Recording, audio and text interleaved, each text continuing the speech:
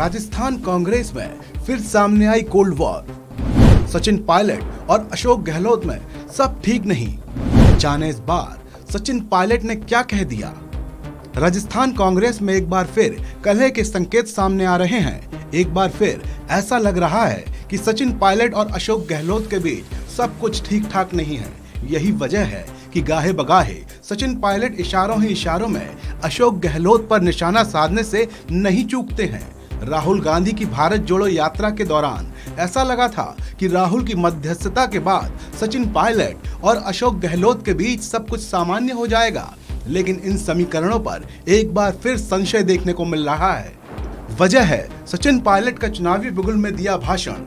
Pilot ने नागौर से अपनी चुनावी जनसभाओं का आगाज कर दिया है।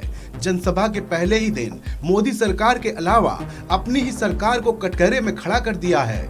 इसके क्या मायने हैं ये समझने में देर नहीं लगेगी, लेकिन सबसे पहले पायलट की जनसभा में उमड़ी इस भीड़ को देखिए।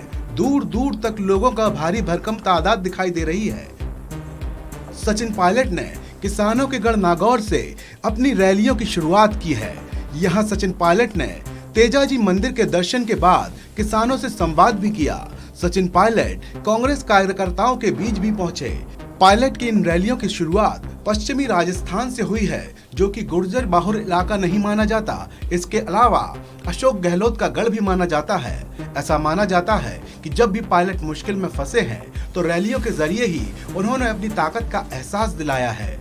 पायलट और गहलोत के बीच इस कोल्ड वॉर को ऐसे भी समझा जा सकता है कि एक तरफ पायलट 16 तारीख से रैली कर शक्ति प्रदर्शन कर रहे हैं, तो दूसरी तरफ गहलोत ने 2 दिवसीय चिंतन शिविर बुला रखा है, जिसमें वो मंत्रियों के कामकाज की समीक्षा करेंगे। ये तो रही एक वजह। दूसरी वजह ये है कि अपनी पहली ही रैली में सचिन पायलट ने इशारों ही इशारों में अपनी ही सरकार को आड़े हाथों लिया है। ये मामला राजस्थान भर्ती परीक्षा के पेपर लीक से जुड़ा हुआ है, जिसको लेकर सचिन पायलट ने कहा है कि गांव का नौजवान जब विपरीत हालात में पढ़ाई करके परीक्षा देता है, ऐसे में जब पेपर लीक होने के मामले सामने आते हैं तो सच में मन बहुत आहत होता है। मैं उम्मीद करता हूं कि ये जो छोटी मोटी दलाली करते हैं, बजाय इनके सरगना को पकड़ना चाहिए।